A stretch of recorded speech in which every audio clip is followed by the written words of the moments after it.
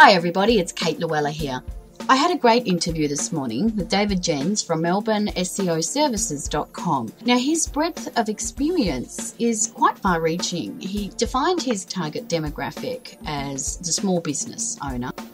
That was actually one of his many tips that he gave, was that you should define your target demographic. And of course I was approaching him from the perspective of a blogger, and the blogger is kind of like a small business owner when you think about it. Essentially, when it comes to online business, they all have the same needs and wants, and that's why it was such a wonderful experience to talk to David today about what he knows and the tips he has for bloggers in particular. So he talks about things like making sure you have a great strategy for your blogging success, the key mistakes that bloggers make, some of the online tools that bloggers could be using and should be using if they can, and so on. I thought his insight into outsourcing, and particularly outsourcing part of a strategy where you syndicate your content, was really brilliant. Because I'd thought about syndicating content. That's probably one of the catalysts of my strategies with my video workshops. However, I hadn't quite thought about it as systematically as he had. So it's just an evolving skill, isn't it, online, where you take an idea and you talk to someone they know and then they take it to the next level. And that's really what happened this morning for me. I had quite a few epiphany moments where I thought to myself, that's exactly what I'm thinking, that's exactly what I thought, and that's exactly what I needed to hear. David's a very generous, open book person, very willing to help. In fact, that's probably one of the catalysts of his success, and he says that. He says that the fact that he talks about what he does, that he's open about it, reaches out to people, is actually why it comes back at him, and that's where he was with the podcasting strategy. He talks about all that as well. And in this interview, I started out with my classical question I like to ask bloggers, which is, how do you define yourself? Bearing in mind that David is a mentor, he's a coach, he's an SEO expert, podcaster, blogger, online and offline business advisor, especially in relation to the internet. So I wondered how he conceptualized that definition into one title. Here's David's answer. So yeah, look, thank you so much for talking to me. Pleasure.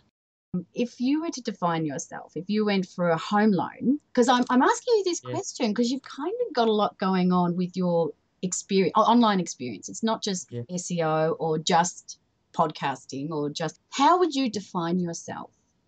When I actually fill out forms and going for home loans, I write business owner of Melbourne SEO Services and Melbourne Video Productions.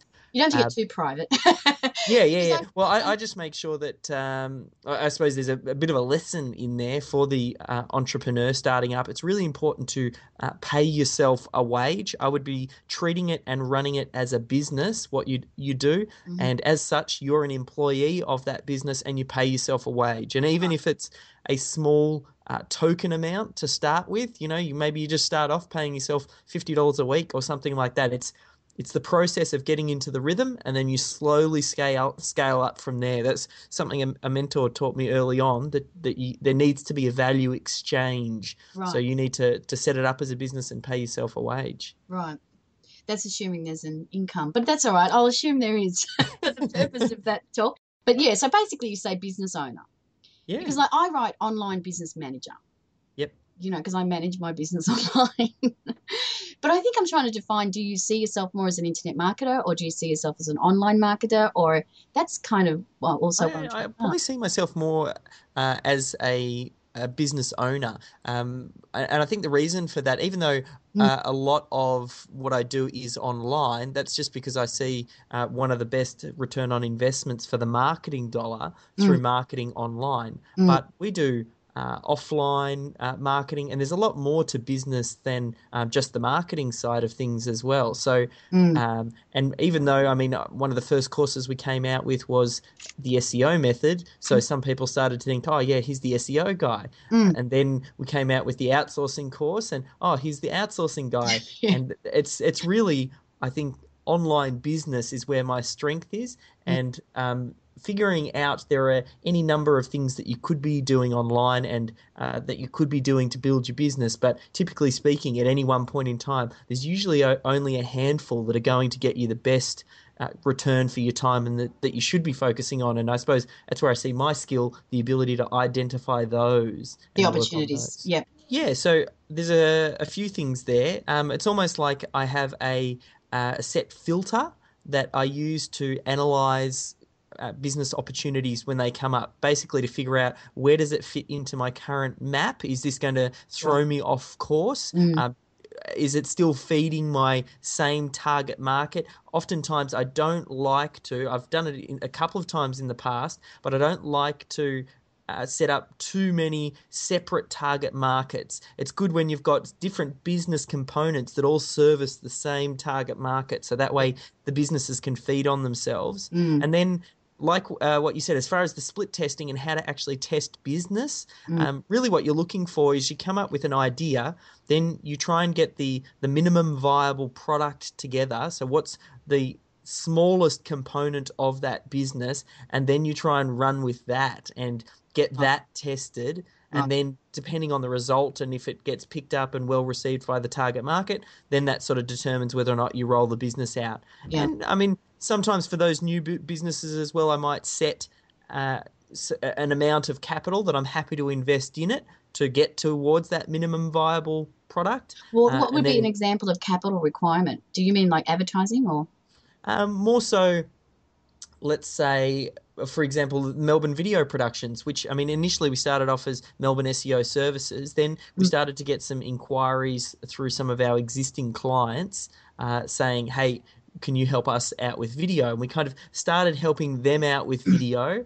And it's, if you think about it that way, that's almost the minimum viable product. Before we went down and invested in setting up a website, buying the appropriate equipment, getting the studio set up, before we even headed down that direction at all, we kind of took an existing client.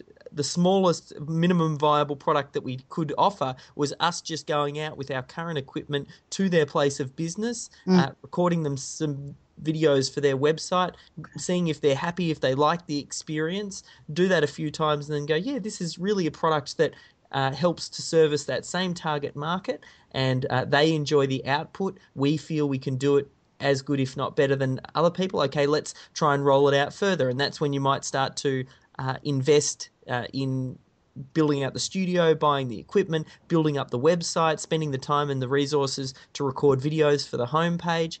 Now, that, for me, because I had that existing business that kind of bolted onto, then that was a little bit different. If you're starting up a business from scratch, to get to that minimum viable product, you might have to invest a little bit in. You might need to record some of those videos. You might need to put the website up, whether it's your time or whether it's money that you invest into the business. I mean, you've got to either put your time, your personal time in, or you've got to put some money in so someone else can invest their time.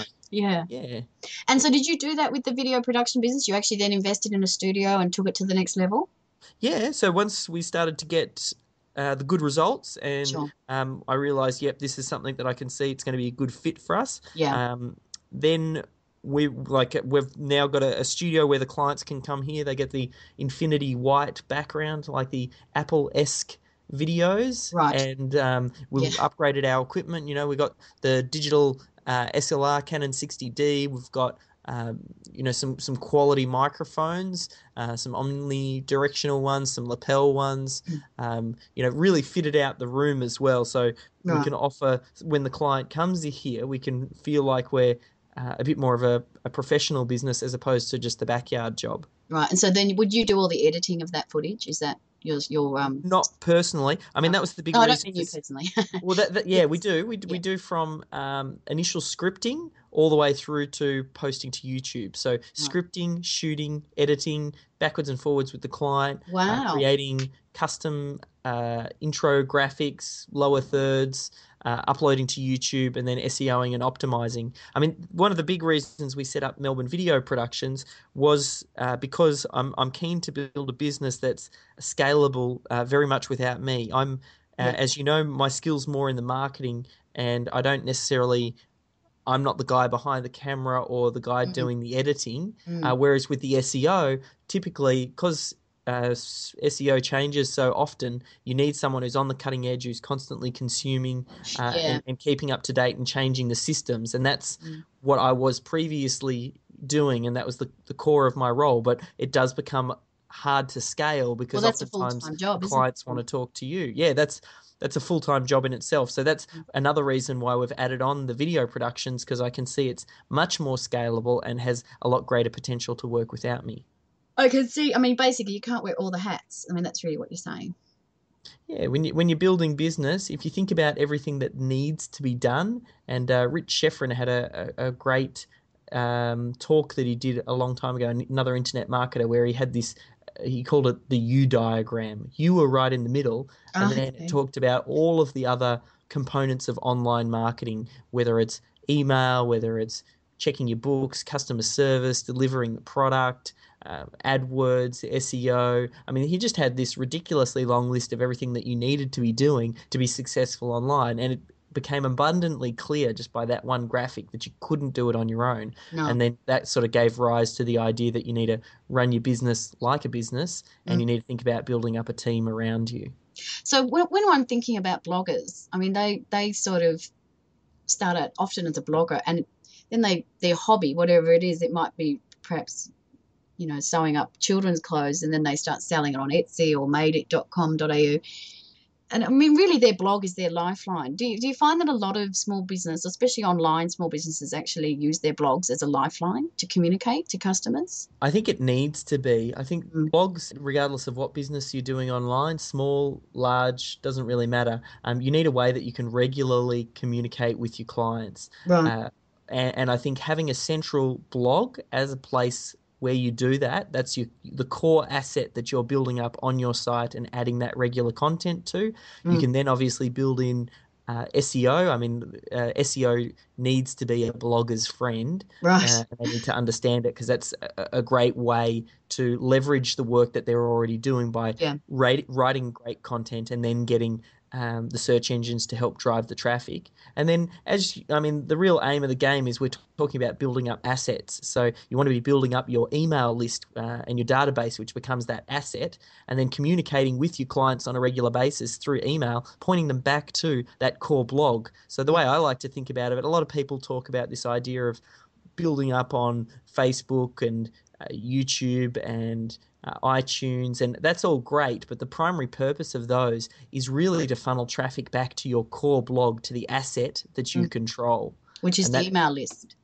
which is the email list, which is the blog itself with the content and the actual website, things that are very much in your control. I mean, I had an experience where a while ago where YouTube, we'd build up a significant amount of videos on my YouTube channel. We had great viewers, and they had done a scan, and they actually closed a whole lot of high profile YouTube accounts. Mm. Ours was actually one of them. I think they might have even done, it was like something like Madonna or Right. Well, they you're in a they good crowd. yeah, that's right. I was in good company, and they Only the good closed. ones got shut down. That's right. Only That's the right. So popular I ones. consider it a sort of a badge of honor. Yeah. And they closed them down, and then it reinforced. And I had this once before when I had my AdSense account closed down many years ago. It's that whole idea: you don't want to build a business based around someone else's asset that they control, that they're the judge, jury, and executioner. Yeah. Jeff Johnson talked about that a long time ago. This idea of not building that business around that particular thing. So, I mean, I've always built that in as a strategy, and you need to think about using all of those other channels Mm. really to drive traffic back to that core asset, which I think is the blog Yes. and The the email email list. list as well. That's Yeah. kind of your core asset. Mm. So, what would be some classic growth strategy mistakes that you see bloggers, up and coming bloggers, not necessarily yet professional bloggers, that they're making with their blogs? And, what can Yeah. they do to sort of rectify that pretty quick? Well, there's probably, I mean, there's a big long list, but if we Okay, pick make it maybe the short. top, Make it I'll a give you big the list. top few. I mean, the biggest one where people go wrong is not clearly identifying their target market. Right. That comes from old school direct mail and sales. I mean, they all talk about making sure that you've got a clear message that is getting written based on who your target market is. So you need to think right up front: who am I actually planning on marketing? Who do I want to attract to the website? And almost have it written down. I can tell you my target market is for Melbourne SEO services. It's the entrepreneur that has set up his own business. The business is not so large yet that it's got a board of anything. So typically they've been around the 10 to 15 employees.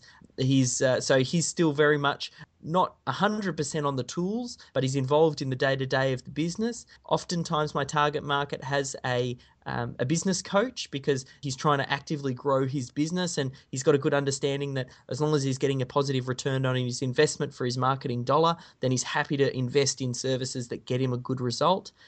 He's married. He's got Is he always a he? I'm noticing this. that trend. Well, a lot of it being to stereotype. I think if you took the demographics, I don't know, for the people that I've worked with, and maybe it's because I'm a guy that I resonate with other. A lot of small business owners do at the head of that business tend to be, the father. There are more than enough exceptions to that rule, and well, maybe you need to work on that, Dave. That's right. Because isn't it like 50% of women now in small business? Yes. I don't know. It's probably not. I just made that up, but there's more in law school. That's all I'll say. Okay, we'll just leave it at that. Can't. Story. So I mean, maybe it is 50%. The biggest takeaway is you have that target market, and it's not that I would turn away if a female business owner came to me. It's more so. In fact, we do have one. The dentist. I deal with Madeline there, and she sort of heads up that side of the business. So it's not that I turn them away. It's more so when I write my message, I write my message with that person in mind, and I write to them as though I'm speaking to one person. Right. So I will be a direct match, and it's like I'm speaking exactly to them, but there are plenty of other people that still read that message and it still resonates with, and we end up doing business with them as well. So first one, target market. Second one is probably having no strategy. A lot of people, particularly when they start out with bloggers and business owners, they're kind of just putting stuff up for the sake of it. And I mean, we'll drill down into how you came across my material and how I was using blogging and what was the strategy behind that. I wasn't just going out and interviewing people for the sake of interviewing people because I had nothing better to do. It was very much part of a plan and thinking longer term, what is the end picture of my business and what does that look like? Yes. And then kind of step backwards. Well, what steps need to happen that is going to get me to that outcome as quickly as possible? Yeah. I get that. It's very exciting. I actually watched that video on your site where you're doing a talk. I think it was at James Shranko's workshop, and you were showing your little mind map thing with the SEO method and not. And that's really what I guess people need to do when they decide to take their blog serious, is to sort of map out where they sit and what is it they're trying to achieve. I mean, that I know the presentation you mean. It was the one I did at Ed Dale's challenge. Was it? Okay, sorry. Yeah, and that was very well received, and really what a plan does, and it kind of helps you to avoid another one of those growth strategy mistakes, is getting distracted. I think that's another problem that a lot of bloggers and people who are in online marketing have. They just constantly, they're digging all of these holes and they never really go deep on anything. Yeah, they're just starting all these little projects and never taking them very far. So you want to figure out what that target market is. That will help you to define what products or services can you offer them that's going to help solve some of their problems, build a strategy around it, and then just follow the plan and don't get distracted. I think if you follow those three things, you'd end up being head and shoulders above most online marketers. Yeah, I agree, because I think a lot of people dabble.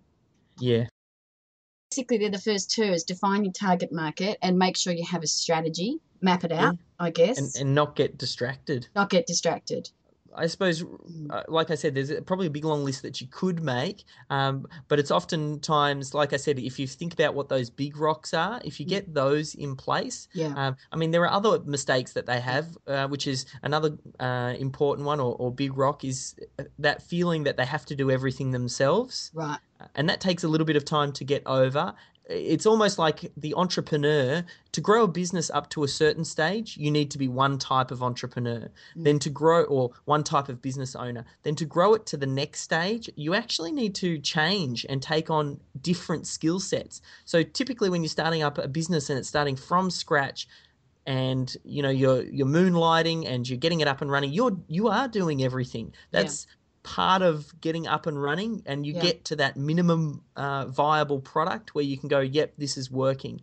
And where a lot of entrepreneurs get stuck is they then have trouble transitioning, because the same entrepreneur that grew the business to that level of success is a different entrepreneur that needs to come on board to grow it to the next level, that then starts to realize, hang on, I can't do everything, and I need to step out of the picture, and I then need to build a team around me. Yeah. So and each business, it's almost like they've got these stages within it, and oftentimes people kind of get stuck at that level and then sort of have trouble moving through to that next level. Well, probably, as you say, it's a new skill and they just haven't learnt that skill. They're learning it or trying to, and it takes time. And perhaps they just can't do it. They don't work through it because they don't outsource it or whatever. But And I mean, there's a few sneaky little shortcuts that you can get around as the business starts to grow, to go, do I need to know that to then outsource it? Right. Now, if you've got a clear strategy and you know what you're looking to build and you're very clear on it, a sneaky way to get around that is what you do is you go out and you hire some sort of consultant that comes in and helps to build the system around that one step. Right. And then once whatever that step is or that component is, they build the system, and then as part of their contract role, they might come on for 3 months, they build that part of the business, and then on the way out, they need to then educate the team member that will take over that particular task. I'll give you an example. There's some shopping cart software that we use called Nanocast, and that handles a lot of our processing.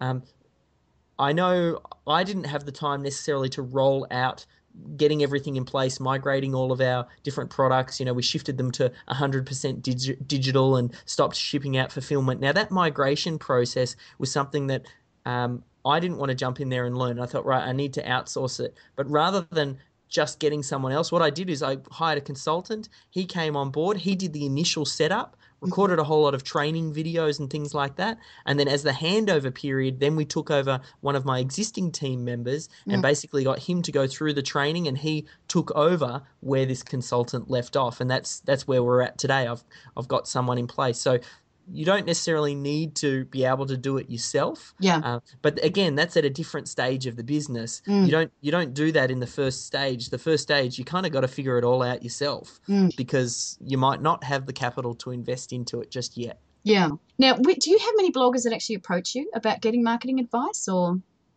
Yeah.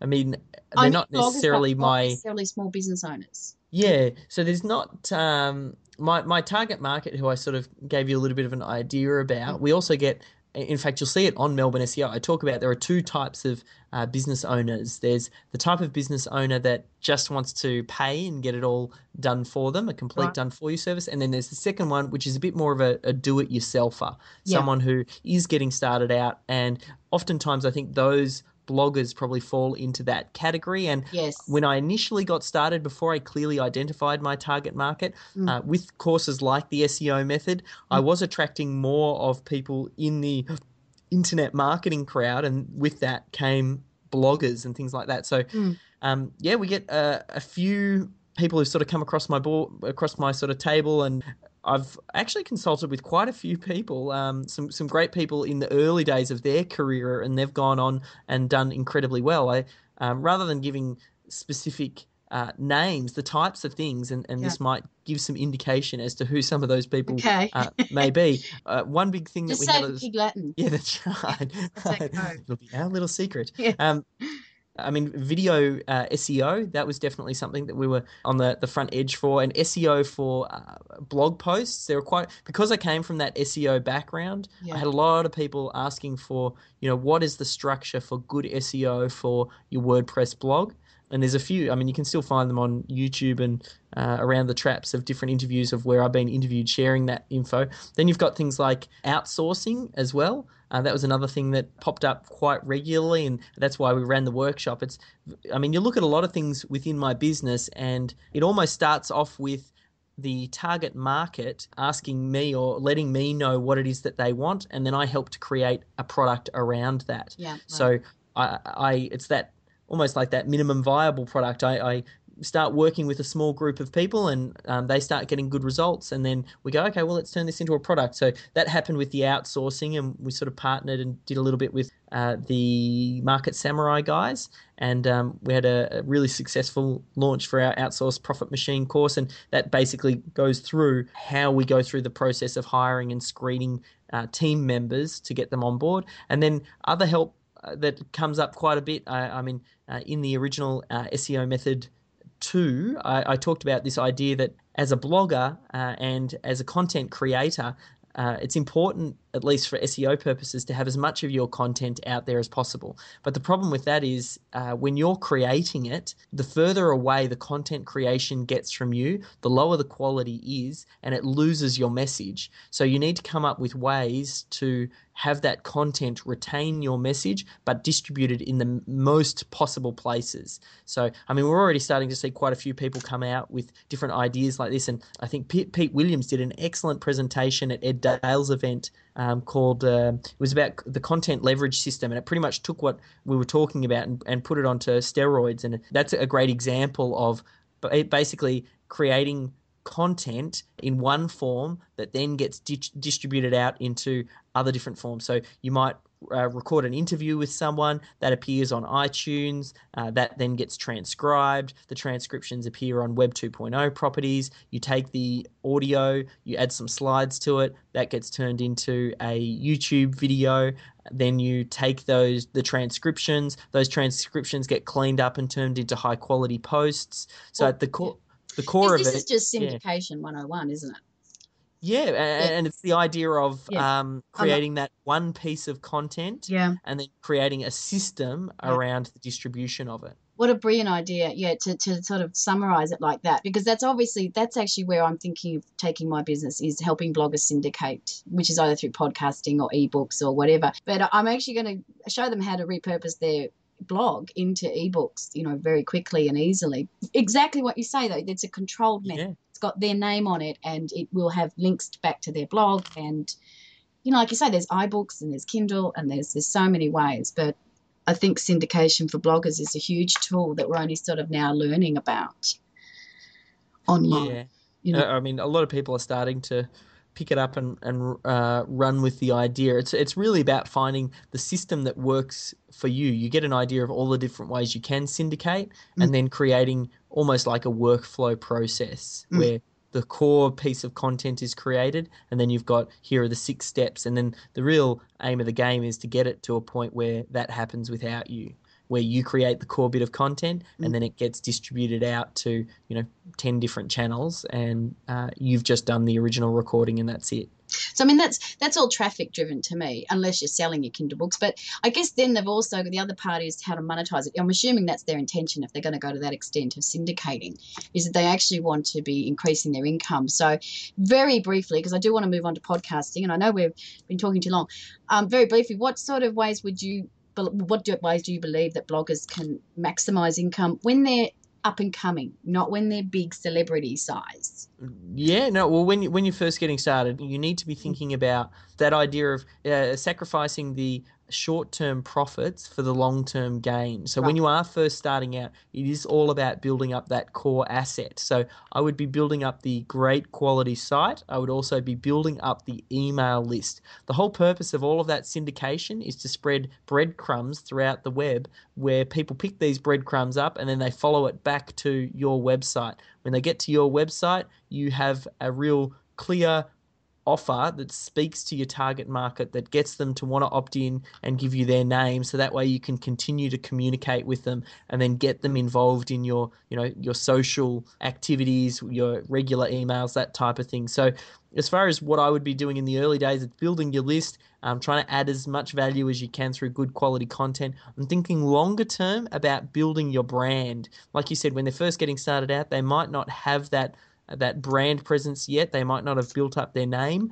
They need to be thinking longer term about making sure that they always act with integrity and only recommend products and services that they actually recommend. And the biggest thing, which I think most people miss, is this idea of building up proof. The biggest hurdle that people have to overcome when doing business with you online is believing what you say. So you need to be building up as much proof as you can. I mean, interviews with people, and like we're doing right now, that helps to build up your proof. Collecting testimonials and feedback from existing clients, that helps build up your proof. I'd be thinking in terms of that first, and then if the person goes, yeah, but I really just want to put some money in my bank account, like what should I be doing to put that money in the bank account? I mean, the way that I think about it is you might start off with Google AdSense. That will give you an indicator as to whether or not you're in a profitable market and people are actually advertising. Then you kind of evolve from that. You start off with AdSense and go, oh yeah, we're making money here. Then after that, you look at selling affiliate related products to that database to basically and the people on your site to find out what is actually selling. Once you know what's selling, then so it's AdSense, then it's affiliate products, and then after that you look to build your own product based on what you've found as selling.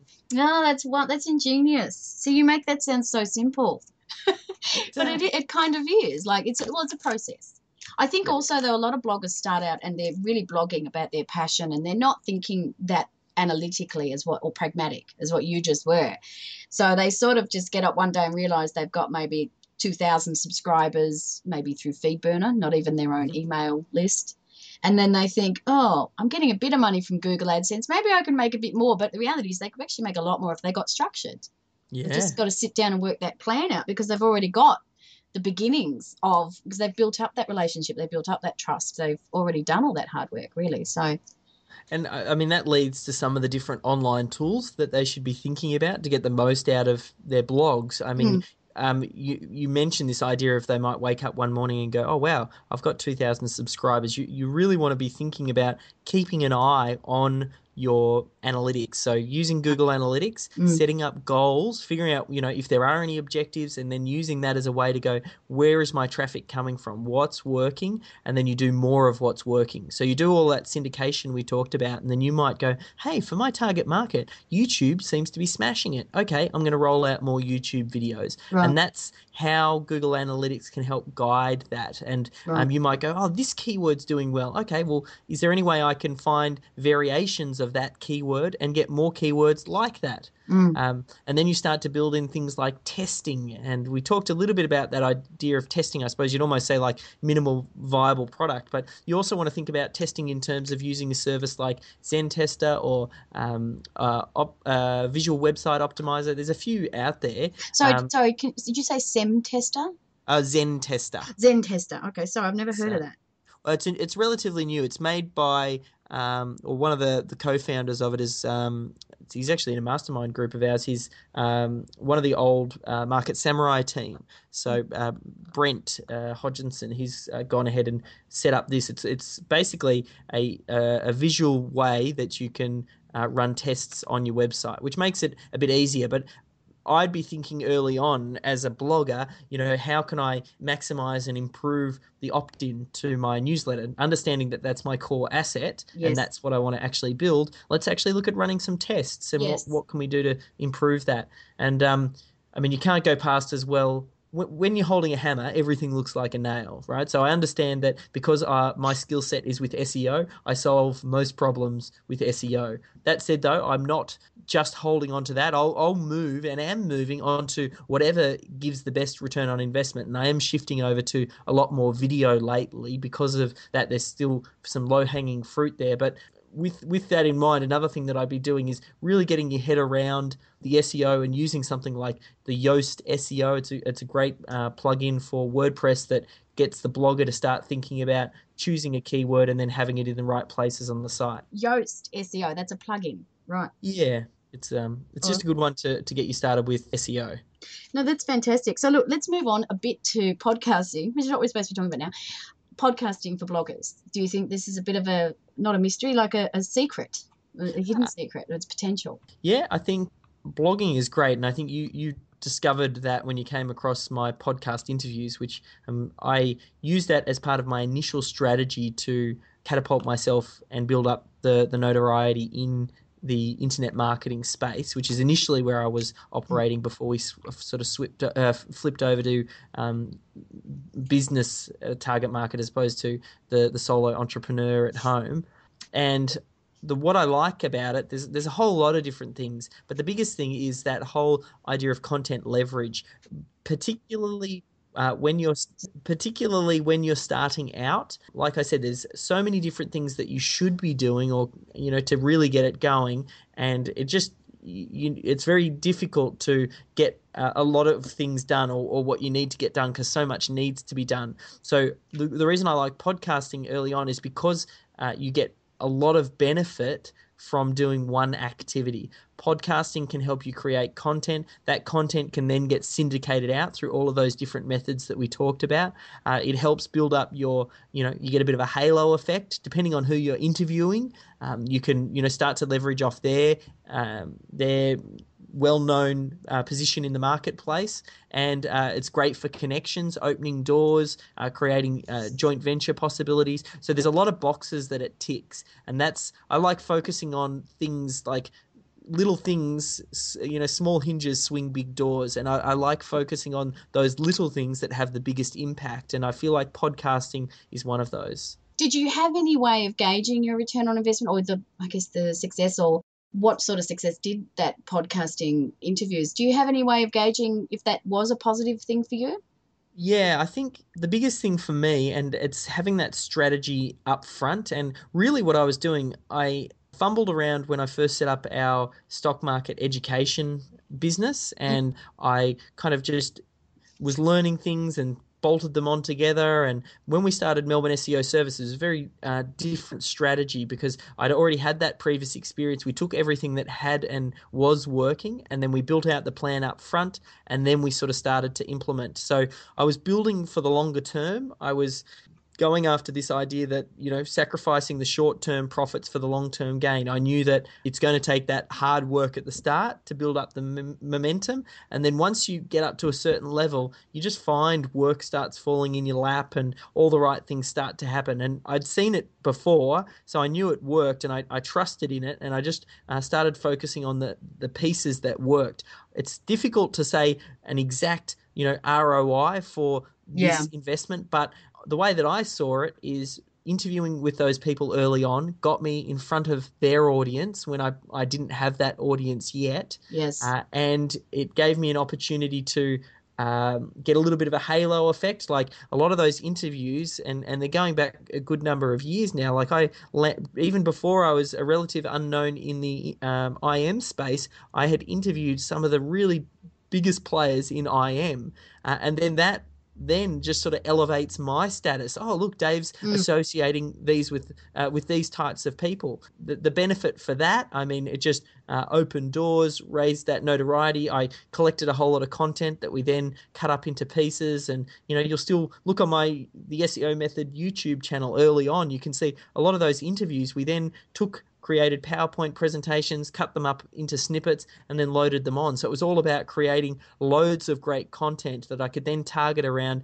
their name and their keywords, knowing that they also had my target market. And those people ultimately, and I mean, you're a prime example of that. That's how you found me. You were looking for someone else, and then you came across my material because I got in front of their audience. It's kind of like you say, that the more you do, the more you will get back from it, but it's hard to gauge that, especially when you start out, what that's going to be. There's no specific ROI. The important thing is to make sure that you clearly define your target market, and that target market is going to be someone who's got money. I mean, there's a few things that go into selecting the right target market. One of which is you want to make sure that they have got money and they're going to be able to invest in your products and service. So by getting in front of that, you'll ultimately attract that audience that you want, and then that can help build up that core asset. And then over time, you grow and groom that asset and build a relationship with them, build up your proof, demonstrate the integrity that you've got, get lots of runs on the board. And I mean, I'm still building proof to this day. I think that's the biggest missing element that most people have online is not having enough proof. If you look at Melbourne SEO Services, it's littered with interviews and testimonials, and right. everything that I can to make sure to show that I am the real deal. And I feel like podcasts help do that early on, Right. and that makes them invaluable. Yeah. Do you have any opinion of audio versus video for podcasting, or you've got no opinion, or? Yeah. I think video is, I mean, I do a combination of both. If Yes. I had to choose one, I would say video because the Okay. YouTube platform is so powerful. That said, though, and once you create video, you can actually strip out the audio and still use the audio and put the audio In MP3 anyway. into an MP3. That's right. So I think that's why video is probably best because you've got all of your bases covered and you can Sure. strip out bits and use them separately. That said, though, I mean, if you're not comfortable with the video or you don't have the equipment first, just get started with the audio. Well, I'm just seeing a lot of bloggers that are in my target demographic. They don't even put a photo of themselves on their blog, right? That's sort of subconscious. I don't know if it's security or privacy or whatever. And they've got a lot to say and they've got a huge community, but they're very discreet about their actual persona. So that's why I think podcasting audio is wonderful because it's just your voice. I mean, that's Yeah. identifying you in the street. So. My feeling with that is, and the way that the web is moving and the way it's all social and the amount of transparency that's out there, I would just get over that, Yeah. really. Yeah. My suggestion is get your personality out there Yeah. and get people to connect with people. People connect with people. Yes. And that's ultimately what you're looking at doing. You want to find that target market that you feel like you can serve and add value to, Yeah. and you want to connect with them. And Yeah. I think there's nothing more powerful than saying, I'm like you. I had the Yes. same problem and I found the solution, and here's the solution. Okay, so look, with podcasting, do you have any tips for bloggers? Yeah, I suppose the biggest thing you need to think about is if you're listening to it, or imagine yourself in your target market's shoes. You need to know that target market and then think about what's most important for them. Yeah. Now, for me, I am similar to my target market. So I often, when I'm doing the interviews, I will ask questions of things that I'm interested in. Like you, I don't follow a very rigid, structured script. I let the call go where it does, and I ask things that I'm interested in, and I'm not afraid to overstep where some people might stop. And I will ask, those questions that I really want to hear. And Sure. I'll skip filler.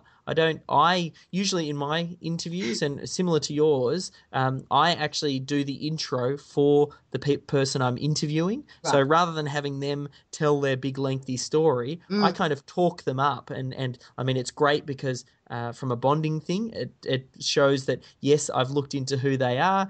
It also gives me an opportunity to talk them up, which makes them feel good. But it also has a secondary benefit, which is they don't need to go over that old ground and we can jump straight into the content. Okay, well, now we've briefly discussed your podcasting strategy and you've said that it's really quite hard to determine the exact effect. But would you say you are glad you did it and it was worthwhile? Hands down, it was probably one of the best things that you could do to kickstart the career. You get that halo effect, you get well connected, and it's just a great strategy to launch a business. And I mean, if you're going to attend a workshop or a conference or something, interviewing the speakers beforehand, before you get there, is a great strategy, because then when you actually meet them, you're not just another person in the crowd. You've interviewed them and you know them, and you've got that extra level of connection. So it's a smart strategy. Yeah, I love that idea. So when you did your podcast, were you watching your download stats? Were you actually looking at that quite closely, or you were ambivalent about it, or? I don't watch the download stats as much as I watch the traffic coming through to the site and the bottom line numbers coming through. So whether or not I probably should, and I think iTunes does give you a little bit of information as far as downloads for particular episodes, but I've not really taken too much attention to that. Again, probably to my detriment, but I really focus on where is the traffic coming through to my site, and that gives me an indicator as to what I should be continuing to build out on. Right. As in your target demographic, you're trying to define that. I suppose we're doing that all the time, aren't we? So with calls to action within your podcasts, now you did interviews. Yeah. Did you still manage to get calls to actions in there despite it being interviews, or even the person you're interviewing maybe? Always. I think it's always important when you're creating any type of media to let the person know what they should do next Right. once they get to the end of it. So oftentimes I'd talk about if they want to find out more about the interviewer, get the interviewer to give their own little plug, and then I would finish off with a plug for something that I am doing. If I've got something that was a perfect fit, I'd mention it. Otherwise, I'd just say, hey, head over to Podcast Interviews for more interviews like these. Or again, pointing them back to my asset, I might say, to find out more, head over to melbourneseoservices.com, which is where I'm trying to do the name collection and build up that database. Right. Okay. And when you did your podcast, your interviews, did you actually actively go and promote them, or did you just put them on iTunes and mention it on your blog and that was it?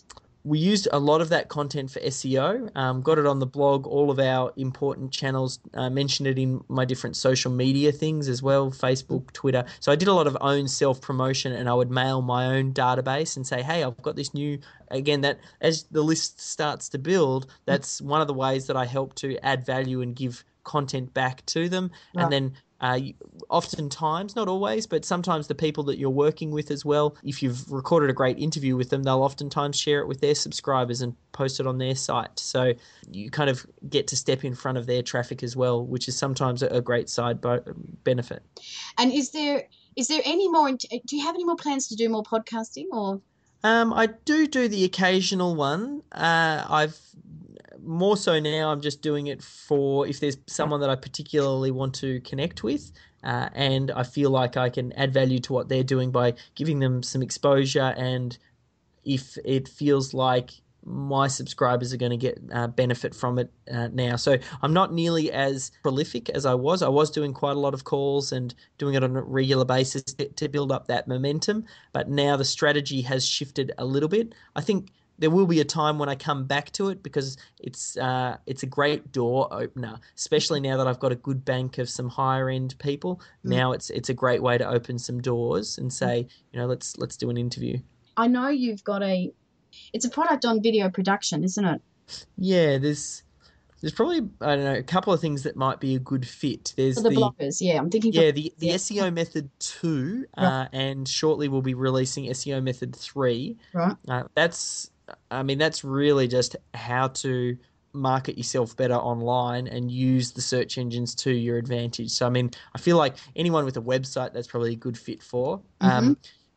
Depending on where they're at in the stage of the game, there's the outsource profit machine, which is the methodology that we use for building up virtual teams to help with that work, because there's a lot to be done. And then the final one, which you referenced, is the Lights, Camera, Profits course, which is yes. a one-day workshop we ran here in Melbourne, which my video guy pretty much took the lead on that. I did quite a few sessions, but he took the lead, and it documents how we've rolled out a lot of the video content that we have done. Everything's listed over at melbourneseoservices.com. That's probably the best place to go to find out more about those, but I'd say they're probably the 3 best fit products. Yes, yeah, for what they're doing. I agree. Yeah.